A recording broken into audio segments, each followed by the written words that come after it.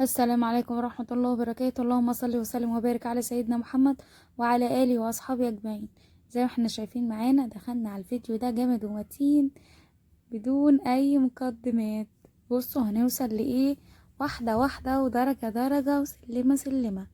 حبيتش أجيب لكم نهاية الفيديو في الأول، حبيت أجيب لكم كل تفاصيل وتركات الفيديو مع بعض، هنمشي مع بعض خطوة بخطوة.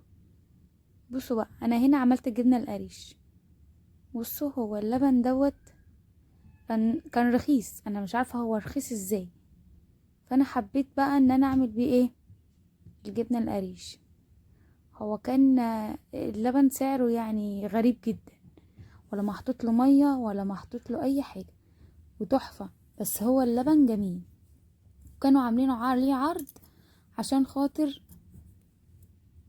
احنا في الشتاء بيقولك، واللبن يعني بيبقى حلو، فاللبن مش مغشوش، اللبن حلو. بصوا اللبن وقشطته هي اللي مبصمه في الكيس، ان انا سبته شويه، ما عملتوش على طول، ما فضيتوش على طول بصراحه. فانا بعد كده دخلت فضيته، كان بالشكل ده. بصوا انا فضيت في الطاجن وفضيت في الحله، اللي فضيته في الطاجن طالع معايا احلى من اللي كان في الحله. هتشوفوا معايا لما تختم وتطلع ترب. بصوا بقى انا كده كده هي خلصت معايا. هسيبها بقى تخمر، هشيلها على جنب خالص في مكان تاني، اي مكان يعني تقدر تسيبها على المطبخ، بس لغايه ما ترب معاكي. قعد معايا يومين، يعني انا حطيته من بالليل لتاني يوم لتاني يوم، ولقيته لسه سبته يوم كمان. يعني انا حطيته كده قعد معايا يومين اتنين. بصوا ادام القشطه بتاعته صوفت كده، لونها اصفرت، وش اللبن اصفر كده واتنفخت، خمرت كده. انا خمرت اللبن معايا. هلم بقى القشطه دي وهعمل لكم تركات بسيطه كده في فيديو بعد كده هتشوفوها، كل خطوه كل خطوه بخطوه ان شاء الله. ربنا يجازيكم خير يا رب على كل المشاهدات اللي انتوا بتشاهدوها دي. متنسوش تحطوا لي لايك لو الفيديوهات بتاعتي بتعجبكم. بصوا انا هنا عملت زي ما انتوا شايفين القشطه كلها بشيلها، اللي هي بتاعت وش اللبن اللي عملها. مش هتنفع الجبنه تتعمل بيها اصلا، مش هتمسك، مش هتبقى حلو. هي تبقى جميله طبعا وغنيه، انا مش بشيلها كلها لو تلاحظوا، بشيل اللي انا بعرف اشيله، اللي انا اقدر اشيله. في ناس بتشيلها بايديها بتطبقها وبتلمها، وفي ناس بتشيلها يعني بمصفى او بمقصوصة او اي حاجة يعني بتشيلها بيها. بس انا ما بعرفش بصراحة، انا بتعودها بشيلها بالمعلقة وعادي، هي النتيجة واحدة، المهم ان انت تشيليها وتلميها كده. وهنعملها مع بعض وهنعمل منها زبدة، وهتشوفوا الزبدة بقى طلعناها ازاي، وحاجات كده سهلة وبسيطة وتركتها جميلة. بصوا بقى انا هنا جبت الحصيرة. الحصيرة دي انا كنت جايباها من السوق، وعملت لكم الجبنة قبل كده ونالت اعجابكم ان شاء الله. كل اللي بقدمه لكم يا رب يعجبكم. بصوا بقى انا جبتها وحطيت تحتها الحلة، زي ما انتوا شفتوا انا ايدي بتضغط في الفراغات بتاعه الحصيرة. الحصيرة دي بتاعه الجبنة القريش.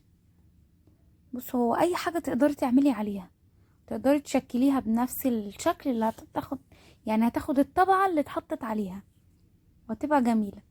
انا بحاول ان انا اصفي كل المية بتاعتها وانزلها خالص خالص. انا حاطة ايدي تحت وبتضغط، كنت بضغط بيها عشان اسند الجبنة، اقدر احطها مرة واحدة او اقدر افضيها باي حاجة، بس عشان ما هقدرش الجبنة هتتقطع وتتفتفت معايا، فخسارة ان هي تتهدر. ان انا مش جايبة كمية كبيرة، كل الحكاية ان هما كانوا حوالي 4 كيلو لبن، وطلعت لي كمية كويسة يعني. انا جبت 7 كيلو، الكيلو كان ب27 جنيه، ما طلعتليش كل الكمية دي.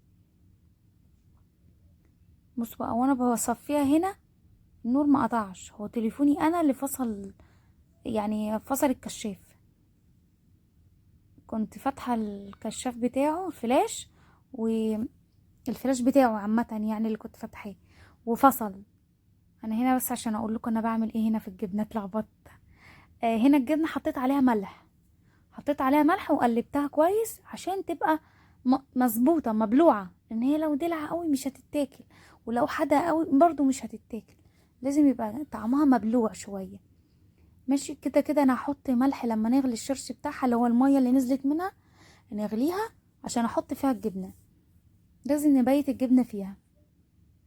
بصوا انا هنا المره اللي فاتت جبت الجردل زي دوت كده، وحطيت فيه كيس شنطه كده يعني. تقدروا تحطوا كيس بلاستيك وتحطوا فيه يكون نضيف وتعملوه، وتقدروا تعملوا زي ما انتوا عايزين.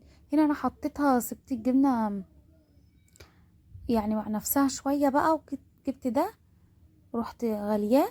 بصوا هو لسه سخن، غليته وبرد وهو لسه سخن. سبته شويه برضو، لازم يبرد خالص، يبرد تماما، تتاكدوا ان هو برد. ما ينفعش كنت احط عليه وهو لسه ما بردش. هنا كان عندي الجبنه المش اللي هي الجبنه القديمه اللي انا عاملاها في البيت. كان برضو شرش زي كده على لبن على حته جبنه، كل الكلام دوت كنت بحطه كده.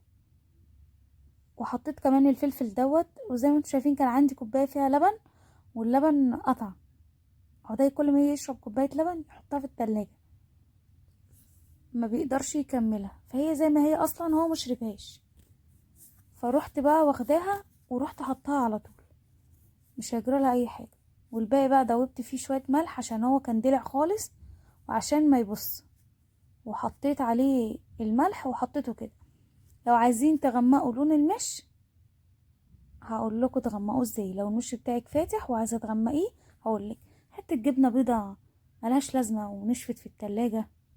حته جبنه رومي برضو محدش هياكلها وناشفه في التلاجة، عادي حطيها، بس ما تكتروش من الجبنه الرومي، عشان الجبنه الرومي هتغير طعم الجبنه القديمه بتاعتكم، هتقلب على جبنه رومي خالص. لكن لو حتى يعني صغيره وعندك كميه كبيره وعندك يعني جبنه كتير مثلا، او باستمرار بتبوظي الجبنه الرومي وتنشف منك في التلاجة مثلا، تقدروا تحطوها عادي، ما فيش اي مشكله. هنا بعد ما جبت الاكياس بقى وقطعتها كده. المش ده عايز فيديو لوحده بصراحه، معلش بقى. ان شاء الله ابقى اعمله لكم كده واقول لكم على التريكات البسيطه اللي تقدروا تلونوا بيها المش. وهنا كده انا هنا بحط الجبنه بقطعها على حسب الخيط اللي موجود. شايفين الخيط اللي موجود ده؟ انا بقطع على نفس الخيط اللي موجود، يعني على حسب الخيط موجود ازاي. بس واحط الجبنه كده وهلفها. الجبنه معايا ناعمه جدا على فكره، الجبنه ناعمه جدا. كان ممكن سبتها تتصفى اكتر من كده، بس بصراحه كنت عايزه اشيلها عشان اظبط حاجات كده في المطبخ، فكنت عايزه استغنى عنها بقى واحفظها في التلاجة. وزي ما انتم شايفين كده كانت تركاتها بسيطة وسهلة. انا وزنتها لكم وهي صافية، هتشوفوها دلوقتي، وهوزنها لكم بعد ما تطلع من ميتها وتقعد في المية شوية، هتدينا كمية متضاعفة جدا. دي الكمية اللي انا طلعتها من 4 كيلو لبن. 4، لا هي تقريبا 5 كيلو لبن. 5 كيلو لبن. وهنا بقى تشوفوا بقى الميزان، زي ما قلت لكم بصفر الميزان وبحط عليه الجبنة. بصوا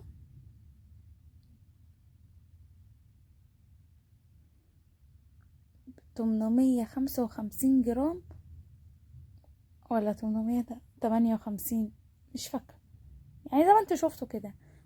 المهم يعني ان هي ايه داخلة في 900 جرام، نقول 800 مش مشكلة، بس حلوة وجميلة وطعمها لذيذ. انا هنا لقيت الشرش ده ميته زيادة، فانا مش هحتاج كل المية دي. المفروض احط الجبنة الاول بعدين الشرش، بس انا قلت لا عادي يعني النتيجة واحد. انا هنا هشيلها دي في التلاجة. انا ولا مره استعملتها في اي حاجه، بطلع الكيس من الفريزر واستغنى عنه. مش عارفه ليه انا بشيلها في التلاجة. المفروض مش هشيل دي، اشيل الخض بتاع اللبن نفسه. الخض بتاع اللبن بيتعجن بيه قرص، واقدر كمان ازوده بيها. اشيلها في التلاجة مش مشكله. عملت الجبنه كتير وما استعملتش الشرش بتاعها ده في اي حاجه غير ان انا بحطه في المش بس. زي ما انتوا شايفين المش مش محتاج يعني، هو فيه كتير. وهنا دي حتتين جبنه بقى زي شبه الجبنه اللي انا بعملها كده، بس انا جايباها من واحده فلاحة، مش جايباها من السوبر ماركت، وجايباها منها بصراحة وحطيتها كده. ولقيتها بصراحة حلوة وعجبتني، قلت مش مشكلة. بس بصراحة انا ما كنتش دقتها، فلما دقتها ما عجبتنيش، فحطيت في المصفى. وبعدين حطيت عليها الجبنة هنا. لما فضيتها حطيت تحتها طبق وحطيت عليها مصفى، ورحت حطيت عليها ملح. لازم مصفى عشان تصفي المية الزيادة اللي بتبقى فيها، ان الجبنة كان طعمها مش حلو خالص وعدمة خالص خالص، مفيهاش اي ريحة الملح بزيادة يعني، ولا حتى مظبوطة. طعمها كده مش قشطة يعني، تحس طعمها غريب. قلت بقى هنحطها في المش 3 ايام وهنزلها في